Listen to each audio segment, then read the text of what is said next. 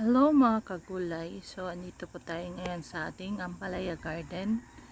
So ngayong araw na to mag-a-apply tayo ng pataba dyan sa ating Ampalaya. So yan pala ay 21 days old na simula nung nalipat natin dyan sa ating permanenteng taniman.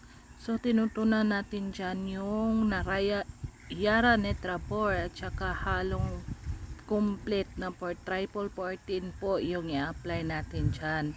So dalawang lata ng sardinas yung tinutunaw natin na pataba, isang Yara Netrabor at isang complete triple 14, at ilalagay natin dyan sa container na may 16 liters na tubig.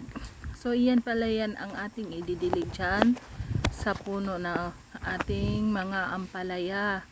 So kung makikita natin yung ating ampalaya ay umaakyat na sila dyan sa trellis. Yung iba ay nangangalahati na, tsaka yung iba naman ay hindi pa gaanong nakaakyat. So yan pala ay inuumpisahan na din natin i-proning yung mga sanga-sanga dyan sa baba para diretso silang makaakyat dyan sa trellis nila. So sa pag-apply nga pala ng ating pataba ay ididilig lang natin yung tinuna natin na fertilizer dyan sa mga puno nila. So ito nga pala ay pang-apat na na-apply natin yung ating pataba. Yung una, pangalawa at pangatlo ay di natin nakuha na ng video, pero yung in-apply natin noon ay Yara Netrabor lang yung nila-apply natin. So ang sukat noon ay isang lata lang ng sardinas yung nilalagay natin dyan sa 16 liters na tubig at saka ididilig. So sa ngayon lang ay dinagdagan na natin ng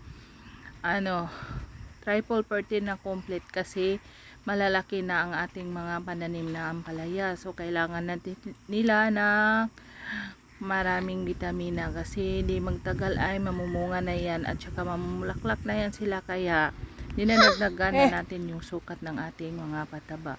So yung nga pala ang may mga trapal-trapal dyan ay yan pala yung imbaka namin ng tubig kasi malayo po yung tubig, hindi nakakaakyat.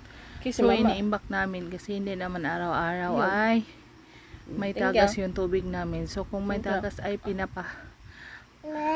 inaimbakan lang namin yung aming trapal para pandilig dyan sa ating ampalaya.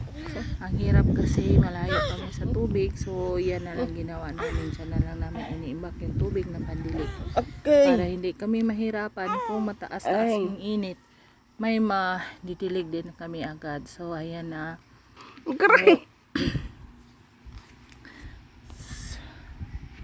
medyo malalaki na ang ating mga tanim. So kung nagustuhan nyo po ang video na to, paki-like at subscribe na lang po para sa mga susunod na update sa ating tanim na ampalaya mga kagulay. So thank you for watching.